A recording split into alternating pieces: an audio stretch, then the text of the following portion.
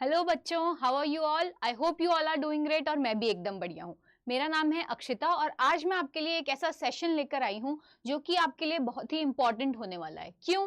क्योंकि इस चैप्टर में से जो बायोटेक आपकी यूनिट है, क्लास 12th की यूनिट, इस चैप्टर का वेटेज बहुत ही भारी भरकम है।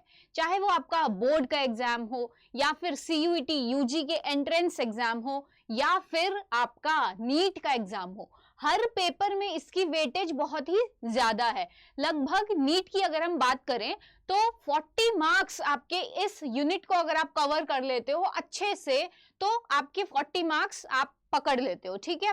इसके अलावा सीयूईटी में भी इससे 8-9 क्वेश्चन इस यूनिट से आना जो है पक्का है, ठीक है। तो आपके नियर अबाउट वहां से भी 32 to 36 मार्क्स पूरे इस यूनिट को पढ़कर कंप्लीट हो जाते हैं। तो अगर आप चाहते हो कि आपका ये टॉपिक एकदम पकड़ आपके इस टॉपिक पर बन जाए और कोई भी क्वेश्चन आ जाए आप उसे सॉल्व कर सको, तो बने रहना है मेरे साथ इस सेशन में ताकि बायोटेक को आप कर सको कवर।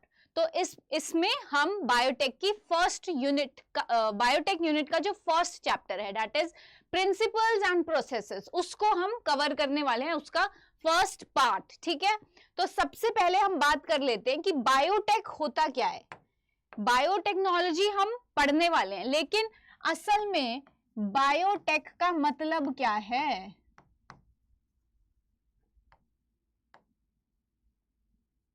बायोटेक्नोलॉजी, अब देखो तुम्हें ना बायो में भारी भरकम वर्ड्स तो अक्सर सुनने को मिल ही जाते हैं, लेकिन अगर उन भारी भारी वर्ड्स को हम टुकड़ों में तोड़ दें छोटे छोटे तो इजीली उसका मतलब हमें समझ आ जाता है। अब तुम बताओ, कब से तुम बायोलॉजी पढ़ते आ रहे हो, है ना? क्या मतलब होता है बायोलॉजी का?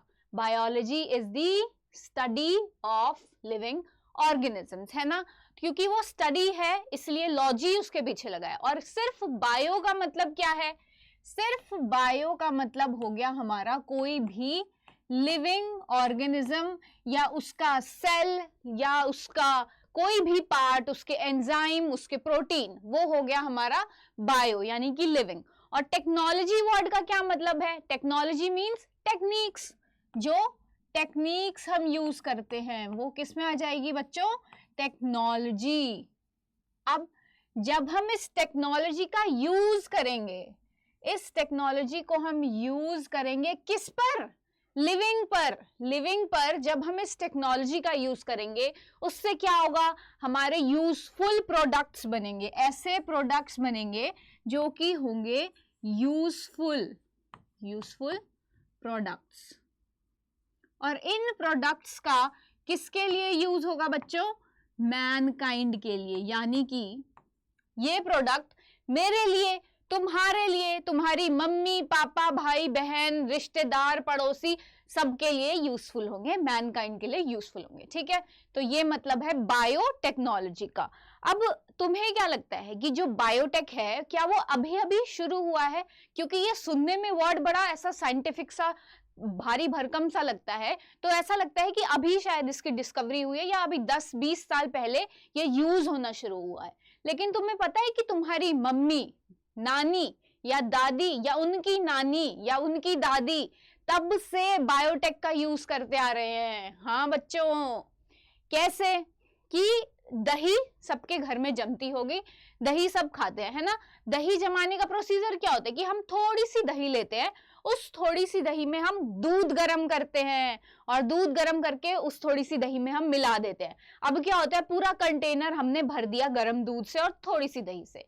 अब उसको हम पूरी रात भर रहने देंगे वैसा ही, और सुबह क्या देखेंगे हम उठकर कि उसमें पूरा पूरा जो है दही जम गया। ये कैसे होता है प्रोसीजर? जो दही में इतनी सी दही में जो लैक्टोबैसिलस जो है लिविंग लैक्टोबैसिलस पे हमने टेक्निक यूज करी। क्या किया हमने? दूध गर्म कर दिया, वो हो गई टेक्निक। उस गर्म दूध को हमने लिविंग में डाला और उससे क्या बन गया हमारा? यूजफुल प्रोडक्ट जो कि है दही। तो ये क्या है? इसको हम कंसिडर करते हैं ट्रेडिशनल व्यू ऑफ बायोटेक्नोलॉजी, जो पहले से चलता आ रहा है हमारे घरों में, ठीक है। तो हम देखते हैं बायोटेक के क्या क्या व्यूज हैं।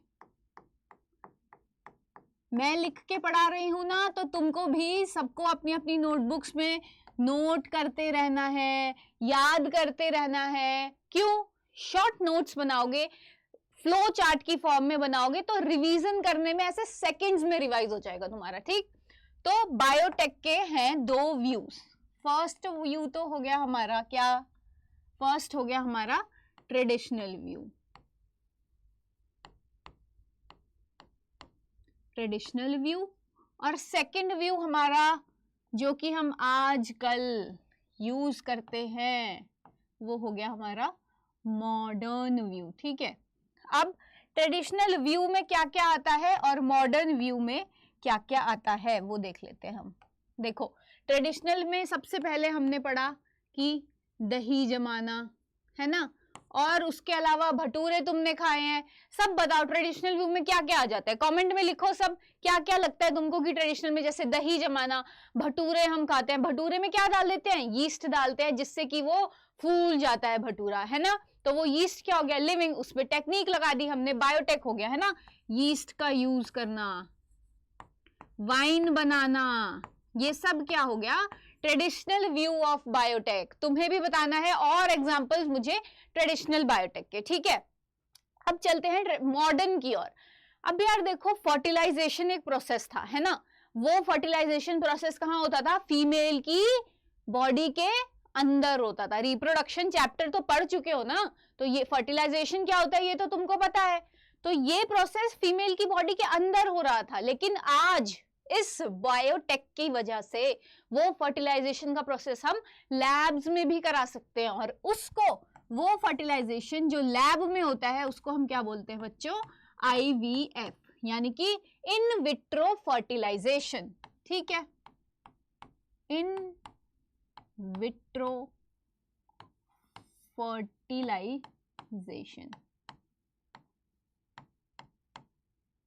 ठीक है, अब IVF हो गया। मॉडर्न बायोटेक में क्या आ जाएगा? जब हम जीन से छेड़छाड़ कर देंगे तो वो आ जाएगा मॉडर्न बायोटेक में। IVF हो गया, कोई जीन सिंथेसाइज करना, किसी जो खराब कुछ डिफेक्ट आ गया है जीन में उसको करेक्ट करना, ये सब किस में आ जाएगा? मॉडर्न व्यू में। ठीक है, सिंथेसाइजिंग न्यू जीन्स। इस चैप्टर में हमको डिटेल में मॉडर्न व्यू को ही कवर करना है बायोटेक के। ठीक है, तो अब हम डिटेल में पढ़ेंगे कि ये यूज कैसे होता है, क्या क्या इसके प्रिंसिपल्स हैं। बायोटेक के दो हाथ हैं, यानी कि दो इसके प्रिंसिपल्स हैं। वो क्या है? चलो देखते हैं हम कि बायोटेक के प्रिंसिपल्स क्या है। सबसे पहले बेटा देखते हैं first principle, principle of biotech, और उसमें भी हम पहले देखते हैं कि फर्स्ट प्रिंसिपल क्या है। First is genetic engineering. ठीक है, इसको हम थोड़ा सा डब्बे में बंद कर देते हैं ताकि तुम्हें जब रिवाइज करना हो तो कोई भी दिक्कत ना आए। इसका स्क्रीनशॉट भी तुम ले सकते हो, लेकिन स्क्रीनशॉट के साथ साथ मैं सजेस्ट करूंगी कि तुम अपने हाथ से भी लिख के याद करो ताकि तुम्हें लॉन्ग रन के लिए वो चीज याद रहे। एक हो गया एक हाथ जेनेटिक इंजीनियरिंग, दूसरा हो गया हमारा बायो प्रोसेसिंग या bio process engineering. Bio process engineering को और क्या बोलते हैं बेटा? बायो प्रोसेस इंजीनियरिंग को बोलते हैं केमिकल इंजीनियरिंग। ठीक है, इसको भी हम कर लेते हैं एक बॉक्स में बंद। अब ये हो गए तुम्हारे दो प्रोसेस। ठीक है, अब इन दो प्रोसेस के अंदर क्या क्या आता है देखो, नाम से पता चल रहा है जेनेटिक इंजीनियरिंग, मतलब जीन से रिलेटेड कुछ चीज होने वाली है क्योंकि जेनेटिक वर्ड आ गया। और इंजीनियरिंग का मतलब क्या होता है कि जो हमारे थ्योरेटिकल कॉन्सेप्ट है उसको जब हम प्रैक्टिकली यूज करते हैं, प्रैक्टिकल यूज इज इंजीनियरिंग। तो जब हम जीन में, किसमें? जब हम जीन में चेंजेस करेंगे, कैसे चेंज? हम उस जीन को या तो करेंगे ऑल्टर कर देंगे, कुछ उसमें ऐड कर देंगे, कुछ उसमें से निकाल देंगे, कुछ किसी जीन की अमाउंट बढ़ा देंगे या किसी चीज की अमाउंट घटा देंगे, उसको हम कहेंगे जीन में हमने ऑल्टरेशन कर दी। अपने कपड़े ऑल्टर कराते हो ना तुम, फिटिंग कराते हो, वैसा ही उसमें से फिटिंग में क्या कराते हैं, अगर पतला कोई उसका साइज कम करना है तो काट देते हैं, फिटिंग दे देते हैं, वैसे ही यहां पर क्या होता है, जीन को हम ऑल्टर कर रहे हैं, इसमें चेंज कर रहे हैं, और उस चेंज से क्या होता है, उस चेंज से आगे, चेंज के बाद क्या बनता है, प्रोडक्ट हमारा, जो हमें यूजफुल प्रोडक्ट बनाना था, ठीक है। लेकिन ये जो प्रोडक्ट बन गया ये स्मॉल अमाउंट में बनेगा, कैसी, छोटी छोटी अमाउंट में। अब हमें अगर इसको मैनकाइंड के लिए यूजफुल बनाना है ताकि वो सबकी हेल्प कर सके, उसके लिए हमें क्या करना होगा, इसकी अमाउंट बढ़ानी होगी, है ना। अब अमाउंट कैसे बढ़ेगी, अमाउंट कैसे बढ़ेगी, जब इसको हम ट्रांसफर करेंगे दूसरे हाथ में, एक हाथ से दूसरे हाथ में ट्रांसफर कर देंगे। तो यहां से प्रोडक्ट हमने बायोप्रोसेस इंजीनियरिंग में ट्रांसफर कर दिया, क्यों, ताकि इसकी बन जाए मल्टीपल कॉपीज, ठीक है। इसको एम्पलीफाई करने के लिए हमने यहां से इसको बायोप्रोसेस इंजीनियरिंग में डाल दिया। अब ये क्या बला है, इसका मतलब क्या होता है, कभी किसी लैब में एंटर किया है तुमने, करा है किसी लैब में एंटर, या कोविड का टाइम याद होगा, टेस्ट हो रहे थे, कैसे टेस्ट करते थे, पूरे हाथ में ग्लव्स पहन के, सैनिटाइजर सब यूज कर रहे थे, है ना। तो जब तुम किसी लैब में एंटर करते हो ना, तो भी तुम्हें कुछ गेयर्स पहनने पड़ते हैं। जैसे ये दो साइंटिस्ट हैं, ये लैब में काम कर रहे हैं, लैब में एंटर होने से पहले तुम्हें शूज उतारने होंगे अपने, तुम्हें ग्लव्स पहनने होंगे, सैनिटाइज खुद को पूरी अच्छी तरह से करना होगा, सिर पर भी एक हेड गियर होता है वो पहनना होगा। क्यों होता है ये सब, ऐसी क्यों यूनिफॉर्म तुम्हें लैब में पहना के भेजा जाता है, ताकि जो हम चाहते हैं कि प्रोडक्ट मल्टीप्लाई हो और बड़ा हो जाए, सिर्फ वही प्रोडक्ट बड़ा हो, कोई और माइक्रोब तुम्हारे जूतों से, तुम्हारे हाथ से या तुम्हारे साथ लैब में एंटर ना कर जाए, यही इंश्योर करते हैं हम बायोप्रोसेस इंजीनियरिंग में, ठीक। तो क्या है बायोप्रोसेस इंजीनियरिंग में, मेंटेनेंस ऑफ या मेंटेन स्टेराइल एनवायरमेंट, ठीक है।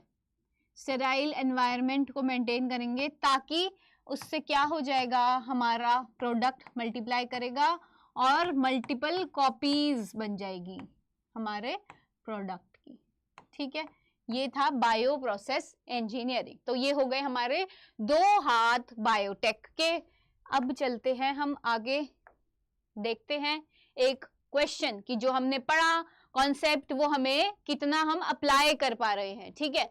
Bioprocess engineering requires maintenance of, अभी पढ़ा है कि ताकि वही जो हम प्रोडक्ट चाहते हैं वही ग्रो हो, कोई और माइक्रोब एंटर ना हो जाए, उसके लिए स्टेराइल एनवायरमेंट हमें मेंटेन करना पड़ता है, ठीक। नाउ अब हमने तो समझ लिया कि बायोटेक क्या होता है, कि लिविंग पर टेक्निक का यूज करना यूजफुल प्रोडक्ट बनाने के लिए, उसको हम कहते हैं बायोटेक्नोलॉजी। लेकिन अब जब तक साइंटिस्ट कोई भारी भरकम, एकदम अंग्रेजी में एकदम कोई भारी भरकम सी डेफिनेशन नहीं दे देते ना, उनको नींद नहीं आती रात को, तो बच्चों की जिंदगी मुश्किल बनाने के लिए उन्होंने एक डेफिनेशन दे दी जो कि ये लिखी है।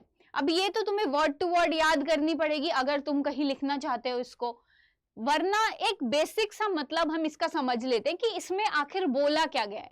अब देखो, एक ऑर्गेनाइजेशन थी, ठीक, एक ऑर्गेनाइजेशन थी जिसमें बड़े बड़े साइंटिस्ट काम करते थे, जिसका नाम था EFB।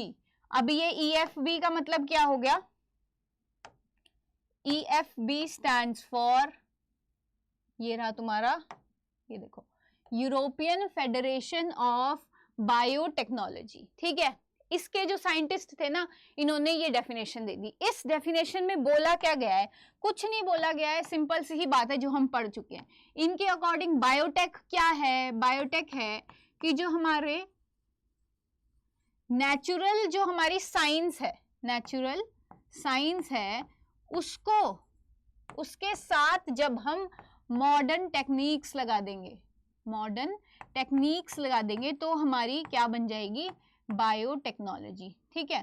और ये मॉडर्न टेक्निक्स लगाएंगे किस पर, हम किस पर लगाएंगे, मॉलिक्यूलर एनालॉग्स पर। मॉलिक्यूलर एनालॉग्स में क्या आ गया, डीएनए, आरएनए, ठीक है, जेनेटिक मटेरियल मॉलिक्यूलर एनालॉग में आ गया। तो ये है ईएफबी की डेफिनेशन और ये रहा उसका मतलब, ठीक है। अब चलो आगे चलते हैं, देखते हैं क्वेश्चन क्या है। कौन सी ऑर्गेनाइजेशन ने बायोटेक को कहा था कि ये क्या है, integration of natural science with modern techniques, किसने कहा था ये, अभी पढ़ा था ना हमने, अभी पढ़ा था कि एक ऑर्गेनाइजेशन थी जिसमें बड़े बड़े साइंटिस्ट काम कर रहे थे जिसका नाम था ईएफबी। इसकी तुमको वो भी पूछ सकते हैं, फुल फॉर्म पूछ सकते हैं, तुमको याद रखना है कि यूरोपियन फेडरेशन ऑफ बायोटेक्नोलॉजी, ठीक है। अब जिसने नहीं पढ़ा होगा, जिसने इग्नोर कर दी ये बात कि यार ये थोड़ी ना कोई पूछ सकता है, ये थोड़ी ना आएगा, वो देख सकता है कि ये भी आता है, वरना तुम क्या करके आते, WHO करके आ जाते, है ना। तो चलते हैं हम आगे और देखते हैं कि हम नया ऑर्गेनिज्म, नया हाइब्रिड प्रोडक्ट बनाने के लिए हम सेक्सुअल रिप्रोडक्शन का यूज क्यों नहीं करते यार। देखो, अगर मैं चाहती हूं कि मेरी जो है आंखें ऐश्वर्या राय जैसी नीली हो जाए, तो मैं क्या करूंगी, ऐश्वर्या राय का जीन उठाऊंगी नीली आंखों वाला और अपने अंदर डाल दूंगी, तो मेरी आंखें कैसी हो जाएगी, फिर ब्लू हो जाएगी। तो हम इतना भारी प्रोसेस यूज करते हैं कि अपना जीन ऑफ इंटरेस्ट लाने के लिए, है ना। लेकिन हम सेक्सुअल रिप्रोडक्शन का यूज क्यों नहीं कर लेते। जब हम देख रहे थे, जब हम एनिमल ब्रीडिंग, याद करो एनिमल ब्रीडिंग हम करा रहे थे, तो उसमें हम अच्छे अच्छे पेरेंट सेलेक्ट कर रहे थे, जो हमें क्या चाहिए था, डिजायर्ड ट्रेट चाहिए थी, वो हम अच्छे अच्छे पेरेंट सेलेक्ट कर रहे थे। तो जो बच्चा था उसमें वो अच्छे अच्छे गुण अपने आप आ रहे थे, है ना, पेरेंट्स से आ रहे थे। तो यार क्या जरूरत पड़ गई कि हमें सेक्सुअल रिप्रोडक्शन से हाइब्रिड ना बनाकर हमें ये बायोटेक्नोलॉजी का यूज करना पड़ा, वो देखते हैं हम। देखो, सबसे पहले हम ले लेते हैं एक मेल, एक ले लिया हमने बुल और एक हमने ले ली काउ, ठीक है। अब इस बुल के पास क्या था, इस बुल के पास डिजीज रेजिस्टेंस थी, ठीक है। इस बुल के पास डिजीज रेजिस्टेंट थी, अच्छे वाला जीन, और इस काऊ के पास थी मिल्क प्रोड्यूसिंग एफिशिएंसी, ठीक है, ज्यादा मिल्क ये काऊ प्रोड्यूस कर रही थी। तो अब इन दोनों को हमने ब्रीड कराया ताकि जो इनका बच्चा हो उसके पास ये दोनों अच्छी अच्छी चीजें आ जाए, ठीक है। तो हमने करा लिया इन दोनों को ब्रीड, और जो हाइब्रिड हमारे पास यहाँ पर बना, उस हाइब्रिड के पास क्या होगा, ये दोनों चीजें उस हाइब्रिड के पास होगी, यानी ये क्या होगा, डिजीज रेजिस्टेंस भी होगा, डिजीज रेजिस्टेंट होगा, और मिल्क भी, अगर काव हुई, फीमेल हुई, तो मिल्क भी ये ज्यादा प्रोड्यूस करेगी।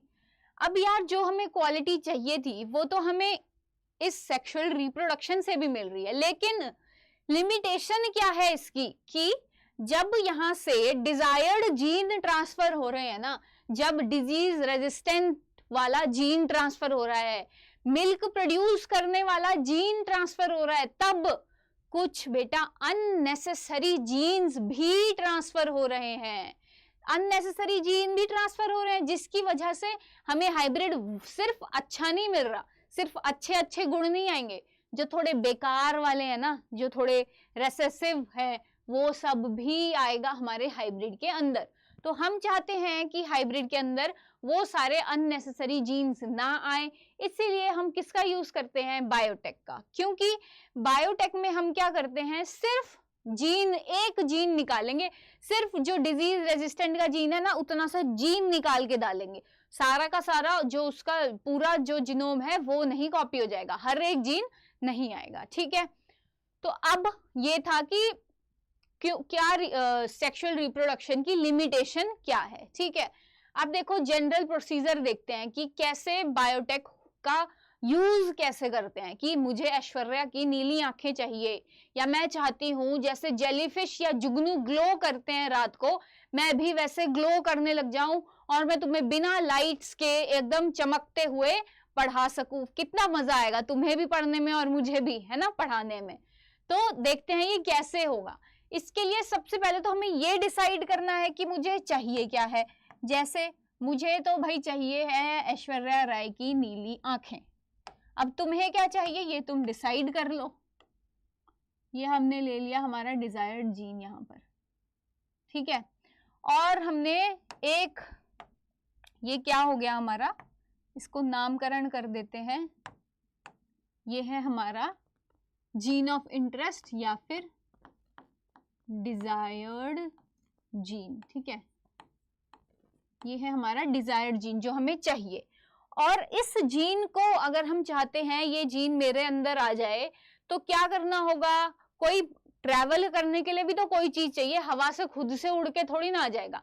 तुम्हें घर से बाजार जाना है, मार्केट जाना है, स्कूल जाना है, तो तुम कैसे जाते हो, कोई व्हीकल लेते हो, ऑटो से चले गए, बस से चले गए, बाइक से चले गए, कार से चले गए, कुछ व्हीकल चाहिए। वैसे ही इस जीन ऑफ इंटरेस्ट को भी अपने होस्ट तक जाने में, होस्ट यानी कि मैं, जिसके अंदर जीन आएगा वो हो गया होस्ट, तो इसको भी अपने होस्ट तक जाने के लिए क्या चाहिए, एक व्हीकल चाहिए। उस व्हीकल का नाम क्या है, क्या नाम है उस व्हीकल का, ये हम बना लेते हैं यहां पर व्हीकल, ठीक है। अब बच्चों इस व्हीकल का नाम क्या होता है, इसका नाम है, ध्यान से सुनना है, क्वेश्चन आता है इससे, ये हो गया हमारा वेक्टर, ठीक है। अब ये जो जीन है ये जाएगा इस वेक्टर में, और वेक्टर में जाके ये इसके साथ इनकॉर्पोरेट हो जाएगा। पर ये होगा कैसे, इसके पास तो जगह ही नहीं है, जगह कहाँ है, कहाँ आएगा ये डिजायर्ड जीन, तो जगह हमें बनानी पड़ेगी, हम जगह बनाएंगे। कैसे बनाएंगे देखते हैं। क्या होता है कि हमें यहाँ से इसको काटना पड़ेगा ताकि इसके लिए जगह बन जाए, और इसको भी काटना पड़ेगा ताकि ये इससे अलग हो जाए, ठीक है। काटेंगे किससे, तुम काटने के लिए किसी चीज को क्या यूज करते हो, कैंची यूज करते हो, है ना। तो यहाँ पर भी हम कैंची का ही यूज करेंगे, लेकिन उस कैंची का नाम थोड़ा अलग है। कौन सी कैंची यूज करेंगे हम, तो जो कैंची हम यहाँ पर यूज कर रहे हैं इसको मान लो हमने यहाँ से काटना है, और इसको भी हमने यहाँ से काटना है।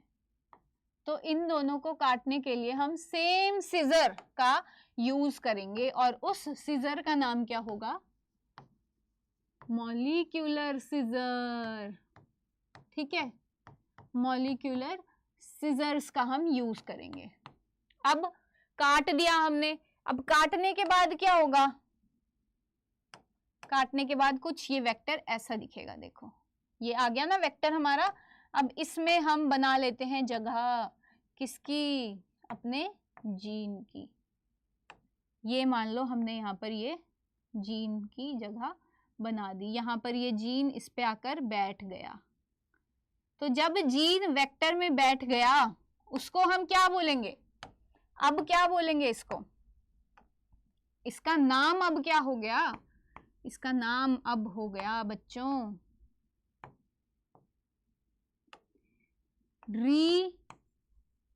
रिकॉम्बिनेंट वेक्टर, ठीक है। क्योंकि हमने क्या किया, रिकंबाइन किया है ना, रिकंबाइन किया है वेक्टर में अपना जीन ऑफ इंटरेस्ट या डिजायर्ड जीन हमने डाला है, तो ये क्या बन गया, रिकॉम्बिनेंट वेक्टर, ठीक है। इसमें से क्वेश्चन आता है कि रिकॉम्बिनेंट वेक्टर कैसे बनता है, या जीन को काटने के लिए, वेक्टर को काटने के लिए किसका यूज हम करते हैं, मॉलिक्यूलर सीजर्स का यूज करते हैं, ठीक है। ये है जनरल प्रोसीजर। अब ये बन तो गया, इसको बना के क्या ऐसे ही छोड़ देंगे, नहीं छोड़ेंगे, है ना, क्योंकि हमें फाइनली इसको डालना है होस्ट के अंदर। तो अब इसको हम कहाँ डाल देंगे, इसको हम डालेंगे जिस होस्ट में हमें जीन ऑफ इंटरेस्ट चाहिए था, ठीक। अब इस होस्ट में हम ये रिकॉम्बिनेंट वेक्टर डालेंगे, उस होस्ट में जाके ये मल्टीप्लाई कर जाएगा। अब जैसे इसके अंदर डालना है हमको, ये देखो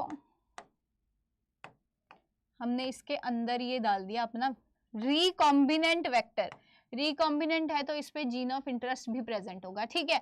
अब ये डाल दिया, अब ये क्या करेगा, मल्टीप्लाई, बहुत सारी कॉपीज बना देगा, और हमारा जो जीन ऑफ इंटरेस्ट है वो भी बढ़ता जाएगा, ठीक है। तो ये है जनरल प्रोसीजर कि कैसे बायोटेक का यूज हम करते हैं, ठीक है। अब ये बायोटेक जिसने भी सबसे पहले किसी ने तो सोचा होगा ना कि यार ऐसा भी हो सकता है कि अगर मैं ग्लो करना चाहता हूं तो मैं जेलीफिश का जीन निकाल के अपने अंदर डाल सकता हूँ।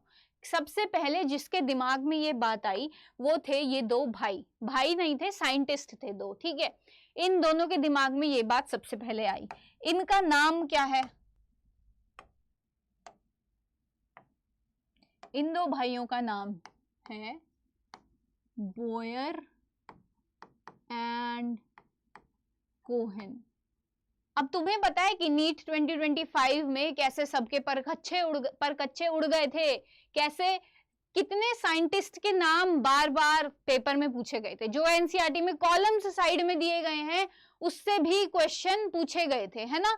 तो वैसे ही तुमको इसका भी नाम याद रखना है, और इस चैप्टर में तो बहुत सारे साइंटिस्ट हैं जिनके नाम तुम्हें याद रखने हैं। तो याद रखना है Herbert Boyer and Stanley Cohen, ठीक है। इन्होंने दिया था तुम्हारा सबसे पहले इन्होंने ही स्टार्ट किया था। डब्बे में इसको बंद कर लेते हैं ताकि तुम्हारे सुंदर से नोट्स बन जाए, ठीक है। अब लो, ये तो हो गया हमारा कि इन्होंने सबसे पहले सोचा था कि हम जो है ऐसा करते हैं कि एक से जीन को निकालते हैं और दूसरे के अंदर डाल देते हैं। तो इनको क्या दिखा था इन्होंने ये 1972 में ये किया था, इतने पहले की ये बात है, ठीक है। इन्होंने देखे दो ऑर्गेनिज्म, दो बैक्टीरिया देखे, एक था बहुत ही खुश और दूसरा बहुत ही सैड था। क्यों?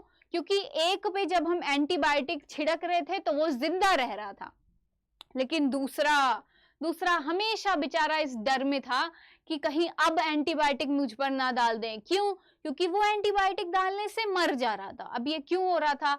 क्योंकि जो खुश वाला था उसके पास प्रेजेंट था एंटीबायोटिक रेजिस्टेंट जीन, ठीक है, जो उसको बचा रहा था एंटीबायोटिक से, और दूसरे वाले के पास ये जीन एब्सेंट था, इसलिए वो मर जा रहा था, ठीक है। तो अब बना के देखते हैं हम अपना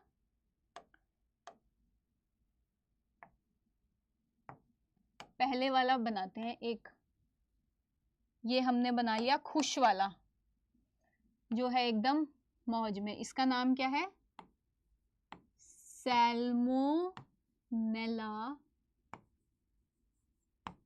टाइफीम्यूरियम, सैल्मोनेला टाइफीम्यूरियम इसका नाम है, और ये है एकदम खुशम खुश, ये है खुश। अब ये इसकी खुशी का राज क्या है? खुशी का राज तुम्हें पता है ना, क्यों? क्योंकि इसके पास प्रेजेंट है एक जीन जो कि इसको मरने से बचाएगा, एंटीबायोटिक रेजिस्टेंट जीन इसके पास प्रेजेंट है। यानी कि जब हम इसके ऊपर एंटीबायोटिक छिड़केंगे तो भी ये क्या रहेगा? जिंदा रहेगा, बहुत ही खुश है, मौज में है। लेकिन वहीं इसका दूसरा दोस्त बेचारा बहुत ही दुखी है। किस दुख में है वो दुखी है, ये रहा दूसरा इसका दोस्त, लेकिन ये क्या है? सैड। इसका नाम क्या है? इसका नाम है ई कोलाई, ठीक है। और ये बेचारा बहुत ही दुखी है। क्यों दुखी है? क्योंकि इसके पास एंटीबायोटिक, लिख रहे हो ना सब, लिखते भी रहना है ताकि याद रहे, बहुत इंपॉर्टेंट कॉन्सेप्ट है। क्वेश्चन इसमें से पक्का है आना, पक्का आना है क्वेश्चन, ठीक है। तो इसके पास एंटीबायोटिक रेजिस्टेंट जीन एब्सेंट है। अब एक के पास प्रेजेंट है, एक के पास एब्सेंट है, तो इन दोनों ने सोचा यार ये तो गलत बात है, इसको भी खुश करना पड़ेगा। अब इन्होंने कैसे इसको खुश किया? इन्होंने दिमाग के घोड़े दौड़ाए और इन्होंने क्या किया? इन्होंने इसका जीन निकाला इसमें से, जो अभी हमने प्रोसीजर पढ़ा था, इन्होंने इसका जीन निकाला और ये जीन उठा के इन्होंने इसमें डाल दिया, एंटीबायोटिक रेजिस्टेंट जीन, ठीक है। अभी हमने ये पढ़ा था, देखो इसमें से इन्होंने क्या किया? डिजायर्ड जीन निकाला। डिजायर्ड जीन कौन सा था? Antibiotic resistant gene. यहां से इन्होंने एंटीबायोटिक रेजिस्टेंट जीन निकाला और एक वेक्टर में डाला। कट किससे किया? मॉलिक्यूलर सिजर से। अब कट करने के बाद जोड़ना भी है, जोड़ने का काम कौन करेगा? जोड़ने में कौन हेल्प करेगा? एक ग्लू काम करेगी। उस ग्लू का नाम क्या है बच्चों? लाइगेज। ठीक है, उस ग्लू का नाम है लाइगेज। इसको भी हम कर लेते हैं बॉक्स में बंद। ये हो गया तुम्हारा। ठीक है, अब इन्होंने रिकॉम्बिनेंट वेक्टर बना लिया और जाके फिर ये डाल देंगे ई कोलाई में, और ई कोलाई भी खुश हो जाएगा क्योंकि इसके पास भी एंटीबायोटिक रेजिस्टेंस आ जाएगा। ठीक है, तो इतना छोटा सा प्रोसेस था लेकिन कितना बड़ा काम किया इन्होंने, है ना। ये दोनों साइंटिस्ट, नाम याद रखना है, बोहर एंड कोहेन। कौन सा जीन इन्होंने यूज किया, और ये याद रखना है, ये पक्का रिपीटेड पीवाईक्यू है ये हर एग्जाम का, कि कौन से बैक्टीरिया से या ऑर्गेनिज्म से इन्होंने जीन ऑफ इंटरेस्ट लिया। सैल्मोनेला टाइफीम्यूरियम से, टाइफी से नहीं, टाइफीम्यूरियम से। और किसमें डाला? होस्ट कौन था? ई कोलाई इनका होस्ट था। ठीक है, अब चलते हैं हम आगे और एक क्वेश्चन देख लेते हैं कि होस्ट कौन था। आ गया ना सेम क्वेश्चन कि which of the following was used as a host for the production of antibiotic resistant gene by Boyer and Cohen. कौन सा था? Salmonella typhi, टाइफीम्यूरियम। टाइफीम्यूरियम से तो हमने जीन लिया था। किसमें डाला था जीन? जो दुखी था। कौन था दुखी? E coli. ठीक है, तो होस्ट कौन हो गया? ई कोलाई हमारा। अब देखो ये एनसीईआरटी का तुम्हारा डायग्राम है, क्योंकि हमें पता है एनसीईआरटी की क्या इंपॉर्टेंस है हमारे सीयूईटी में, नीट में या 12th के बोर्ड एग्जाम्स में। तो ये डायग्राम भी बहुत इंपॉर्टेंट है, ये तुम्हें याद रखना है। जब तुम क्लास 12th का अगर एग्जाम दे रहे हो बोर्ड का, तो ये डायग्राम जो एनसीईआरटी में गिवन है, ये तुम्हारे मार्क्स को इंक्रीज कराने में बहुत हेल्प करते हैं। अगर तुम ये डायग्राम्स ब्यूटीफुली बना के आ जाओगे ना वहां पर, तो तुम्हारे मार्क्स आने से कोई नहीं रोक सकता 12th में। और अगर तुम्हें डायग्राम बनाना आ गया तो तुम्हें इसका एक एक प्रोसेस भी याद हो जाएगा, जिसकी हेल्प तुम्हें कहाँ मिलेगी? सीयूईटी में और नीट में। क्योंकि कैसा क्वेश्चन इसमें से आता है, देखो ये ले लिया फॉरेन डीएनए, उसको हमने कट कर लिया, जो हमें चाहिए था, जो जीन हमें चाहिए था, जीन ऑफ इंटरेस्ट था, उसको हमने काट दिया। किससे काटा था? मॉलिक्यूलर सिजर से। ठीक है, और वेक्टर को भी हमने काट दिया, उसमें जगह बना दी। अब इन दोनों को ज्वाइन करना है। ज्वाइन करने के लिए याद करो, हमने ग्लू पढ़ी थी एक, उस ग्लू का नाम क्या था? लाइगेज। तो वो ग्लू से हमने इसको यहाँ पर जोड़ दिया और रिकॉम्बिनेंट डीएनए मॉलिक्यूल बना दिया।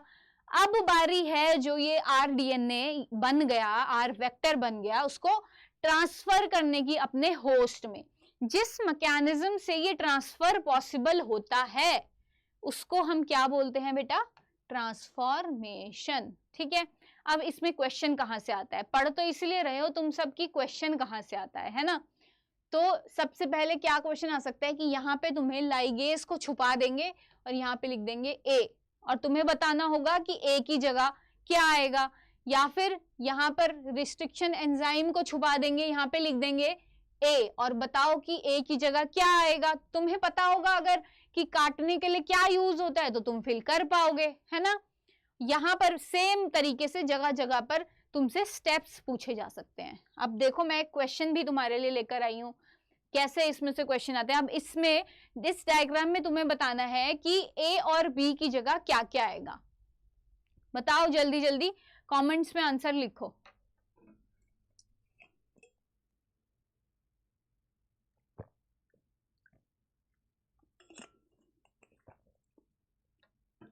हाँ जी, आंसर पता चला?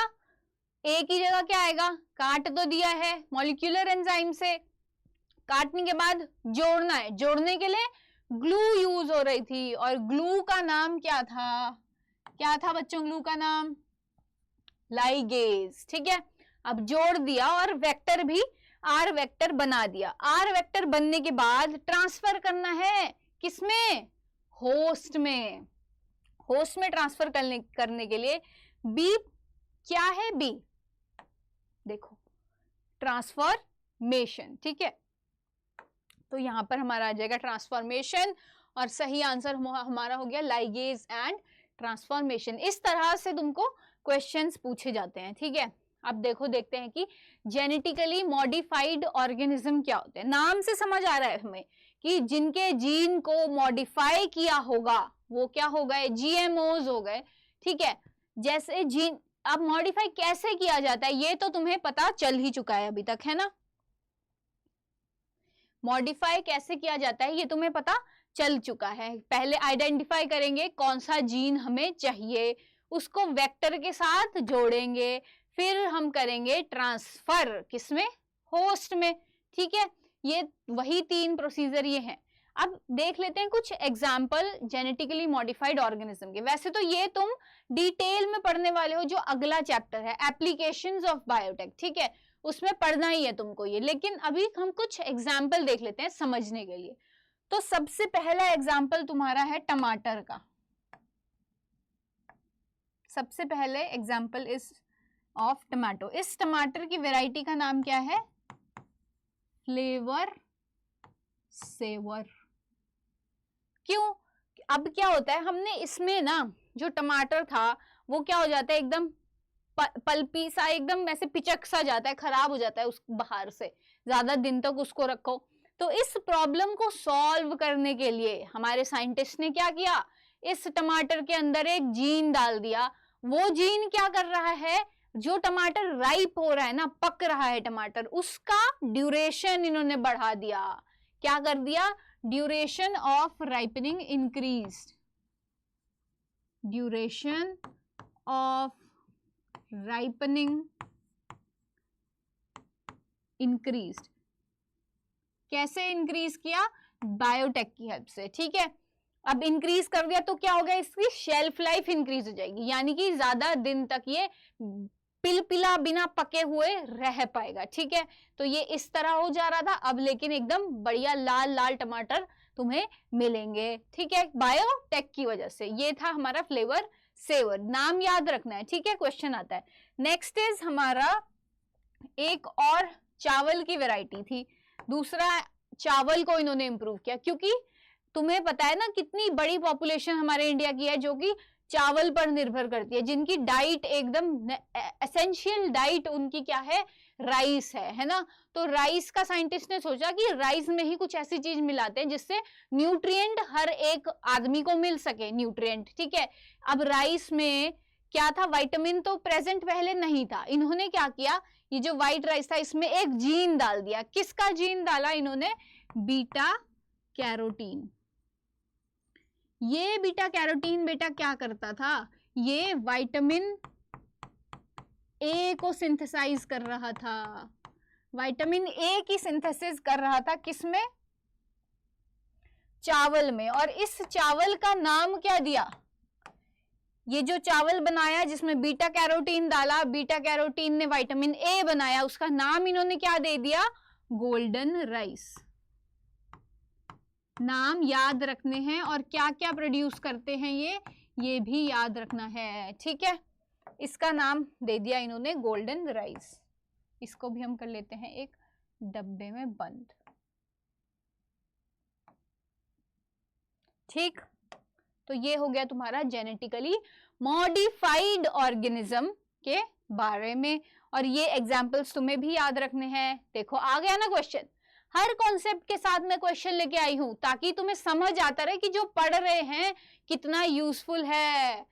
गोल्डन राइस आ गया, अभी पढ़ के हटे हैं। Golden rice variety of rice is genetically modified by insertion of the gene for beta carotene, हमें पता है, पर क्या बनता है उस बीटा कैरोटीन से, क्या बनता है राइस में, गोल्डन राइस में विटामिन ए बनता है ना। चलो अब आगे देखते हैं क्या है, टूल्स ऑफ आरडीएनए टेक्नोलॉजी। अब जैसे कोई मैकेनिक है, अगर तुम उसके पास अपनी स्कूटी कार रिपेयर करने के लिए लेकर जाते हो तो वो कुछ टूल्स का यूज करता है, कुछ औजार उसके पास होते हैं जिससे वो क्या करता है, हमारी कार को ठीक करता है। कुछ भी ठीक करना हो तो वो कोई ना कोई टूल उसके पास यूज होता है। उसी तरह से जब हमें बायोटेक का प्रोसीजर परफॉर्म करना है, यानी हमें एक से जीन निकालना है, दूसरे में जीन को डालना है, उसके लिए हम भी क्या यूज करेंगे, टूल्स यूज करेंगे। और बायोटेक के टूल्स क्या है वो अभी हम देख लेंगे, उनके नाम, और फिर हम आगे जैसे जैसे हमारे लेक्चर बढ़ते रहेंगे उनको डिटेल्स में हम पढ़ते रहेंगे। तो सबसे पहला टूल हम देखते हैं, जो कि हम देख चुके हैं कि काटने के लिए क्या यूज हो रहा था, काटने के लिए यूज हो रहा था मॉलिक्यूलर सिजर्स। ठीक है, उसके बाद हमें ग्लू का यूज कर रहे थे, उस ग्लू का नाम क्या था बच्चों, लाइगेज। फिर हम एक याद करो व्हीकल का यूज कर रहे थे उस जीन को ट्रांसफर करने के लिए, क्या था उसका नाम, वेक्टर। और फाइनली जिसमें जीन को डालना है, जिसके लिए इतना सारा सब काम हो रहा है, वो क्या है, होस्ट। तो ये सब ही था क्या, ये था हमारा टूल्स ऑफ बायोटेक्नोलॉजी। ठीक है, ये हैं तुम्हारे बायोटेक के टूल्स। अब इन सारे टूल्स में से सबसे पहला टूल है मॉलिक्यूलर सीजर, उसको हम थोड़ा सा आज देख लेते हैं और बाकी का हम पढ़ने वाले हैं अपने आने वाले लेक्चर्स में। Molecular scissors. अब इन मॉलिक्यूलर सीजर का साइंटिफिक नेम क्या है बेटा, ये तो इजी वाला हो गया ना, भारी भरकम वाला नाम क्या है, वो है रिस्ट्रिक्शन, रिस्ट्रिक्शन एंडोन्यूक्लियस। ठीक है, रिस्ट्रिक्शन एंडोन्यूक्लियस इनका भारी भरकम वाला नाम है। अब ये जो रिस्ट्रिक्शन एंडोन्यूक्लियस है ना, इसका काम है कट लगाना, ये कट लगाएगा। ठीक है, और उससे हमारा जीन ऑफ इंटरेस्ट अलग हो जाएगा, वेक्टर में जगह बन जाएगी। सब किसकी वजह से होगा, रिस्ट्रिक्शन एंडोन्यूक्लियस की वजह से। अब कट तो ये लगाएगा, कट कैसे लगाएगा, पूरे डीएनए में घूमेगा, पहले घूमेगा, घूम फिर के जहां की साइट इसको पसंद आएगी वहीं पर्टिकुलर साइट पे ये कट करेगा, और इसकी साइट फिक्स होती है।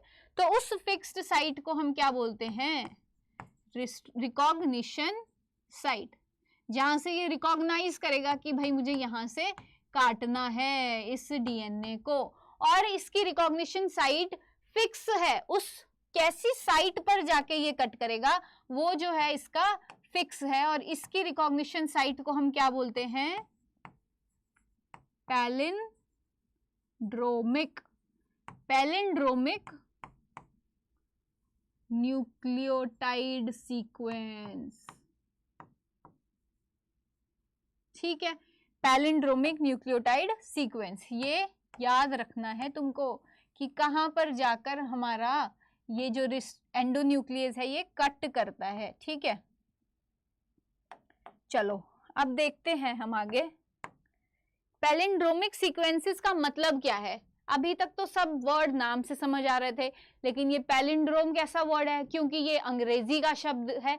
अब अंग्रेजी में पैलिंड्रोम का मतलब क्या होता है, जो वर्ड, ऐसे वर्ड जो शुरू से भी सेम और पीछे से अगर पढ़े तो भी सेम। जैसे एग्जांपल हो गया तुम्हारा एनसीईआरटी में जो गिवन है, मलयालम, मलयालम। अब मलयालम को तुम अगर यहां से पढ़ोगे तो भी मलयालम, यहां से पढ़ोगे तो भी मलयालम। या फिर तुम्हारा हो गया मॉम वर्ड, कहीं से भी पढ़ लो मॉम को, आगे से पढ़ लो या पीछे से पढ़ लो, सेम मतलब मॉम मॉम। जैसे डैड, डैड को आगे से पढ़ो डैड, पीछे से पढ़ो डैड, नितिन, और भी ऐसे बहुत सारे वर्ड्स होते हैं। ठीक है, उनको वर्ड को हम बोलते हैं पैलिंड्रोमिक वर्ड्स। अब ऐसे ही पैलिंड्रोमिक सीक्वेंसेस हमारे डीएनए में प्रेजेंट होते हैं। डीएनए 2 फ्रैगमेंट से मिलके बना है, तुम्हें पता है, उसमें न्यूक्लियोटाइड बेसेस प्रेजेंट होते हैं, है ना। तो जो न्यूक्लियोटाइड बेस एक स्ट्रैंड पर प्रेजेंट है उसको अगर हम पढ़ें, और जो दूसरे पर प्रेजेंट है उसको अगर हम पढ़ें, जब वो सेम होंगे ना वहां पर जाके ये कट कर देगा। ठीक है, अब इसका सीक्वेंस देखते हैं कि ये कैसे, कौन से वाले सीक्वेंस पे कट करेगा। एक ये सीक्वेंस जो है तुम्हारे प्रेजेंट होता है डीएनए में, GAATTC, GAATTC, ये हो गया तुम्हारा एक स्ट्रैंड का सीक्वेंस, और ये हो गया तुम्हारा दूसरे स्ट्रैंड का सीक्वेंस। अब ये काटेगा इसको, पर कहां से काटेगा, कट करने के भी 2 तरीके इसके पास हैं। जो कट करने का तरीका है ना वो भी दो है। ये कट्स कितने तरह के लगाएगा? दो तरह के, एक ब्लंट एंड्स या ब्लंट कट्स लगाएगा जिससे कि ब्लंट एंड्स प्रोड्यूस होंगे, और दूसरा लगा देगा ये स्टिकी एंड्स, जिससे कि ऐसे एंड्स प्रोड्यूस होंगे काटने के बाद जो कि दूसरे के साथ जाके बॉन्ड बना लेंगे। देखो देखते हैं, अब हमें पता चल गया कहां पर जाके इसने कट करना है। ठीक है, अब यहाँ पर हम लिखते हैं इसका यही वाला सीक्वेंस और देखते हैं कैसे कट लगाएगा। ये सीक्वेंस हमने लिख दिया, ये याद रखना है सीक्वेंस, ये पेपर में पूछा जाता है। ठीक है, अब इसने कट लगाना है, तो अगर ब्लंट एंड्स प्रोड्यूस करने हैं तो कहां से काटेगा? सेंटर से काट देगा, सेंटर से काट देगा। अब इसके पास ऐसा तो बचा ही नहीं है कि किसी और के साथ जाके बॉन्ड बना ले, है ना। लेकिन स्टिकी एंड्स जब इसको बनाने होंगे, GAATTC, GAATTC, जब स्टिकी एंड्स बनाने होंगे तब कहां से ये कट करेगा?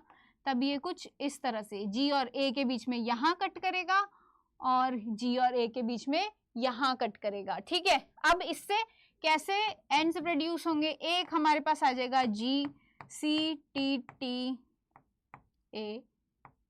एक तो ये बन जाएगा और दूसरा हमारे पास क्या बन जाएगा? AATTC। ठीक है, और G।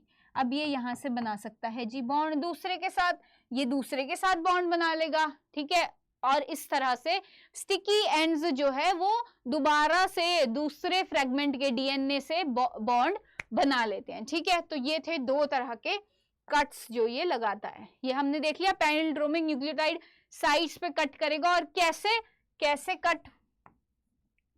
कट प्रोड्यूस करेगा ये, जिससे कि आए हमारे स्टिकी एंड्स। ठीक है, अब इसका अब क्या है कि जब जो ये न्यूक्लियस है, एंडोन्यूक्लियस है हमारा, मॉलिक्यूलर सीजर को क्या बोलते हैं? Restriction endonuclease. अब जो ये एंडोन्यूक्लियस वर्ड है ना, ये एंडोन्यूक्लियस एक बड़ी जो एंजाइम की कैटेगरी है उसका एक छोटा पार्ट है।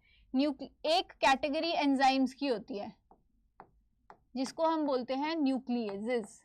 ठीक है, ये न्यूक्लियस क्या है? दो तरह के होते हैं। एक हमारा हो गया एक्सोन्यूक्लियस, दूसरा हमारा जो हमने पढ़ा अभी अभी वो हो गया एंडोन्यूक्लियस।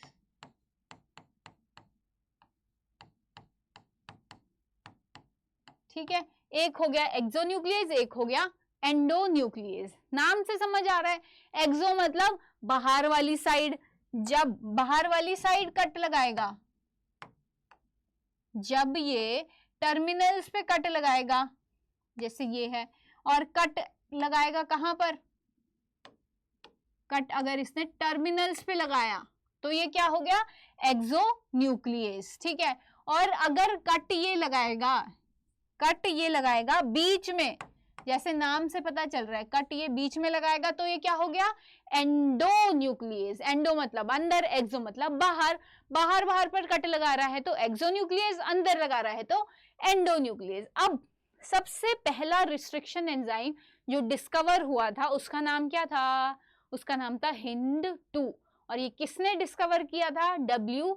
आर्नर ने ये डिस्कवर किया था। ये हम आगे पढ़ेंगे जब हम और सारे टूल्स पढ़ने वाले हैं, तब हम इसको डिटेल में कवर करेंगे। ठीक है, तो ये था तुम्हारा एंडोन्यूक्लियस और एक्सोन्यूक्लियस के बारे में। अब एंडोन्यूक्लियस का एग्जाम्पल क्या है?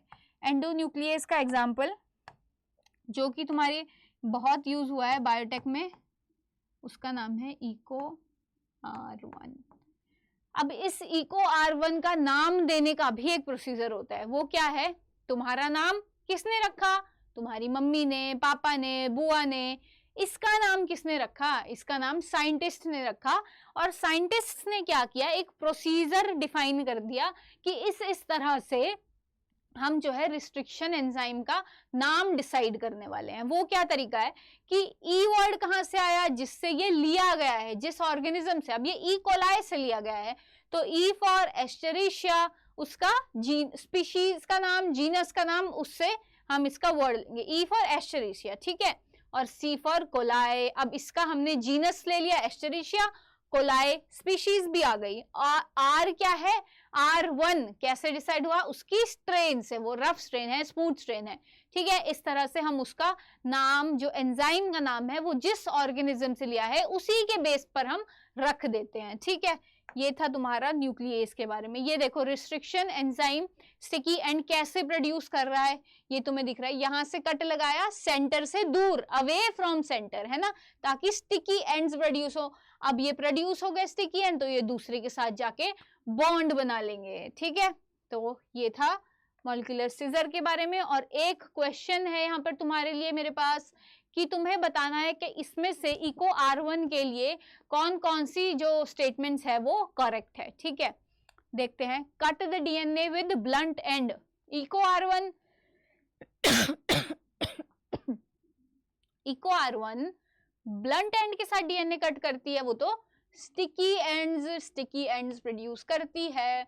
रिकॉग्नाइज स्पेसिफिक पैलिंड्रोमिक सीक्वेंसेस, हाँ यार हमने पढ़ा अभी GAATTC और नीचे से भी GAATTC, ये तो वो करता है। Cut the DNA between G and A basis, अब मैंने जब तुम्हें दिखाया था कि स्टिकी एंड्स वो प्रोड्यूस कर रही है, तो मैंने तुम्हें कट लगाकर दिखाया था कि कहां से इको R1 कट करता है। देखो स्टिकी एंड प्रोड्यूस करने के लिए G और A के बीच में कट लग रहा है। किसके बीच में लग रहा है, G और A के बीच में कट लग रहा है ना। तो ये सेंटेंस भी हमारा हो गया करेक्ट। और ये एक्सोन्यूक्लियस है, इको R1 तो एंडोन्यूक्लियस का एग्जाम्पल है। तो हमारा B, D और E स्टेटमेंट कितना, B, C और D हमारा करेक्ट हो गया। Answer will be D option, ठीक है। तो यही था आज के लिए हमारा पूरा चैप्टर जो कि हमें कंप्लीट करना था। और इसके बाद मैं आपको मिलूंगी हमारे नेक्स्ट लेक्चर में। तो कितनी वेटेज होती है ये मैं आपको बता चुकी हूँ। अच्छे से इसको रिवाइज करना है, ब्यूटीफुल हैंड रिटन नोट्स बनाने हैं जिसको तुम्हें दोबारा पढ़ने का भी मन करे, और एकदम से जब भी तुम उसको पढ़ो फटाफट से तुम रिवाइज कर लो। अगर पढ़ने में 1 घंटा लगा है तो 10 मिनट 5 मिनट में रिवाइज कर लो। इस तरह से तुम्हें अपने नोट्स बनाने हैं, ठीक है बेटा। तो थैंक यू, यही था आज का हमारा लेक्चर। मिलते हैं अपनी अगली क्लास में। Thank you.